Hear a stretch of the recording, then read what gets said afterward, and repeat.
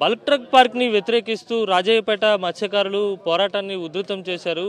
రాజయ్యపేటలో ఉండేటువంటి గ్రామంలోనే బైఠాయించి నినాదాలు చేస్తున్నారు, నిరసన వ్యక్తం చేస్తున్నారు. తక్షణమే బల్క్ ట్రక్ పార్క్ నిర్మాణాన్ని ఉపసంహరించుకోవాలి, ప్రభుత్వం దాన్ని రద్దు చేయాలని వీరంతా కూడా డిమాండ్ చేస్తున్నారు. దానికి వైఎస్ఆర్ కాంగ్రెస్ పార్టీ సంఘీభావం తెలిపింది. వైఎస్ఆర్ కాంగ్రెస్ పార్టీకి సంబంధించిన పాయకరావుపేట నియోజకవర్గ ఇన్ఛార్జ్ మాజీ ఎమ్మెల్యే కంబాల్ జోగులు ఉన్నారు, మాట్లాడదాం. సార్, బల్క్ ట్రక్ పార్క్ని వెంటనే రద్దు చేయాలని చెప్పి ఇక్కడ ఉన్నటువంటి మత్స్యకారులు డిమాండ్ చేస్తున్నారు.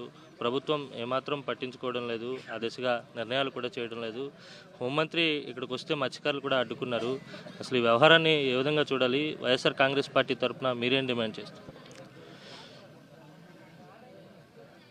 నేటికి 16 రోజులుగా బల్క్ డ్రగ్స్ వ్యతిరేకంగా ఈ ప్రాంతంలో మత్స్యకారులు పోరాటం చేస్తున్నారు. దీనికి మరి అప్పలరాజు గారు సిపిఎం నుంచి కానీ, అలాగే మండల నాయకులు, చుట్టుపక్కల నాయకులు అందరం కూడా మరి ఈరోజు మరి పక్క నుంచి రామకృష్ణ గారు, అలాగే కృష్ణమూర్తి, రామారావు గారు కూడా ఈరోజు రావడం జరిగింది. పక్క మండలం నుంచి పాకిరపేట నుంచి కూడా వచ్చారు. అలాగే పెద్దలు బాబురావు గారు అందరూ కూడా.